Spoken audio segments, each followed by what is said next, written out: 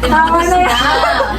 Ate ko, feeling ko yung katabi ko na, ang sarap ng kain nyo ha. Ate ko, ito ang question sa'yo. Sige. Grabe ang mga question. Ay, ano pa daw mga challenges ang nararanasan natin sa public innovation at saka ang mga solusyon sa mga ito? Ba't para sa akin, ang hirap-hirap na tanong nyo, ha? Para sa akin ako. Feeling ko kasi yung mga viewers ko, alam nilang bongga ka sumagot ate ko. Kaya yan ang mga question sa'yo. Nananahimik lang ako, pero nag-iisip na ako. Dahil mahal ko kayo. So, sa public sector innovation, humaharap sila sa particular ng mga hamon. So, maraming mga challenges na makikita natin sa public innovation na nagpapaiba to pagdating sa mga private sector. So, first is yung organizational cultural. So, familiar ba kayo sa mga organization cultural? Wala, bakit kami tanong sa amin Para, in the word naman sa organization cultural, yung mga traditional na ginagawa sa loob ng isang organization. It means ito yung mga beliefs, rules, yung mga values and philosophy that dictate team members' behavior in a company. Example nito is mostly maraming mga social media na pwedeng magamit natin. Example nito yung mga Amazon, which is yung Amazon, yung belief nila is empower every employee to innovate. In this organization, bawat employee, pwede sila mag-create mag-innovate kumbaga ng product nila. Sasabihin lang nila yung mga ideas nila. Then, pag na-approve ito, bibigyan sila or may chance silang pilihan ng funds para mailabas ito in public. Next is the risk appetite. Nanahimik na. Di ba sabi sa Nanahimik na. So, next na ito, risk appetite. In the public sector, there is a heightened responsibility to use public funds wisely. So, however, innovation often requires taking calculated risks. Pagdating naman sa risk appetite, is, in the word risk, dito tinitingnan how much the company to take risk para masunod lang yung pinaka-objective nila. Example, if yung company sinabi na hindi sila nagtitake ng risk, sabihin na natin, pwedeng maging result nito is yung pagbaba ng revenue loss ng isang company. Kaya ang challenge nito pagdating sa public sector innovation. So to address this issue, we-encourage yung mga culture to take responsible and also mag-develop ng clear process for assessing and associate with new ideas. English na yan, sana maintindihan nyo.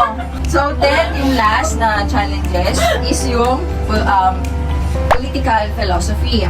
Political leaders may be hesitate to support innovative initiative due to potential backlash from constituent or concern about electoral consequence. Dito, yung mga leaders, yung mga political leaders, minsan nag-aalanganin sila, lalo yung mga bagong innovate na ideas, nahihirapan sila bigyan ng tiwala kasi nga, bagong ideas in industry.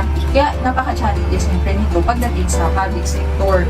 So, to gain their support, it's essential to clearly communicate, sabihin yung purpose ng bawat ideas, and also yung i-demonstrate how these ideas makakatulong sa environment.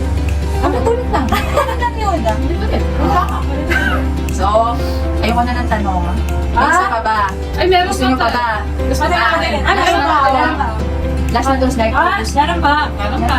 Hindi mo alam, hindi mo sure dyan. Sige na, basahin mo na ito. Ito, ano ang mga pwede natin gawin para makatulong sa pagpapaayos ng ating public sector innovation?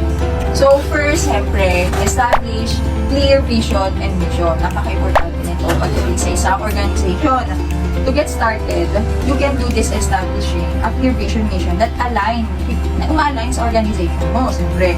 For example, yung vision mo is to be a leading innovator in local government, improving the quality of the life of our community, improving to be and also solution and understanding services. So, to be honest, itong example nito is napaka-generic. So, pwedeng yung magiging vision nito is medyo emphasize natin pagdating sa vision, yung pinapakita yung importance ng public sector innovation and also paano mag-show kung paano ito makakatulong sa environment natin. So, next is the empower public sector employees. You need to give your employees the tools and support they need to be successful entrepreneur. Oo, isa yon sa pinaka-importante sa organization. Yung marami kasi ino-offer na mga opportunity pagdating sa mga employees. Example nito is mabigyan sila siyempre ng credits. Example is mag-training ang kumpanya, bigyan sila ng mga training course. So, pangalawa na tayo. Dito naman, pwede nating makatulong pa para sa ating environment pagdating sa public sector education is yung empower public sector employees. Meaning ito, you need to give your employees the tools and support they need to be successful entrepreneurs. So, sa empower employees, maraming ino-offer na opportunity na pwede makatulong sa mga employees natin. Like, pwede mo silang ipa-training course. Importante din sa isang kumpanya, ang bawat employees is mabigyan natin ng credits and rewards those who come up of those ideas. Siyempre, hindi naman pwedeng baliwalain na natin yung mga employees natin kasi hindi naman natin alilitin, di ba? Sumisikap din sila na makilala din sila sa lahat. Siyempre. So, by celebrating their achievement, may papakita natin yung hard work and the creativity being valued. So, this will help motivate others to step up. Yun nga yung sinabi ni Trixie, and contribute their own ideas, creating a positive cycle of innovation in our organization. So, Perfect. Perfect! Like a ayun. So, may pang tatlo pa. So, yung the promote collaboration and cross-functional team. In order to drive innovation in your organization, it is important to encourage collaboration and the formation of cross-functional team. So, pag sinabi natin functional team, ito yung nakahati sila sa mga naka-assign. Kunyari, dito yung mga designer, dito yung developer, dito yung mga sales. Pero pagdating naman sa cross-functional team, pag pinagsama mo silang tatlo, is matatawag na natin silang developer team. So, ganun po yung meaning ng collaboration and cross-functional team. So, consider initiative that encourage employees to share their ideas and knowledge with colleges from other departments. So, yun. And lastly, Mas na yan. last na po ha. Wala nang kasunod. Kasi ubos na Tignan mo. namin to. Meron pa. Tingnan mo. Ano ba? Meron ba? Hindi. So, last na. So, lastly is yung implement a supportive infrastructure for entrepreneurship.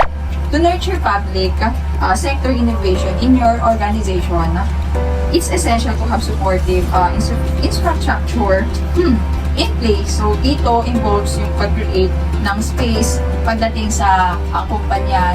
Binibigyan yung mga employees ng mga space na kung saan pwede silang mag-experiment, mag-develop, mag-create also. Kahit dito may encourage din yung mga employees na matuto at mag-take risk sa paggawa ng ideas. So, gano'n lang naman po yung implement supportive infrastructure. So, by providing the necessary support and resources, you create an environment where entrepreneurship can truly thrive. So, yun na guys. Thank you, Sam. Thank you, Madeline. Thank you. At na-pressure ba kayo? Grabe mga viewers ko. Ang grabe yung mga tanungan Ano nila. ba tanungan niyo? Hindi ko in-expect. Hindi ko in-expect talaga. Ang brainy talaga yung Grabe. Mga ano, beauty queen. Pwede na sumalang Miss Universe. So, yun nga guys, thank you sa mga question. No? Sana na nasagot namin ng maayos at naintindihan nyo yung mga sinagot namin sa inyo. So, yun lang guys.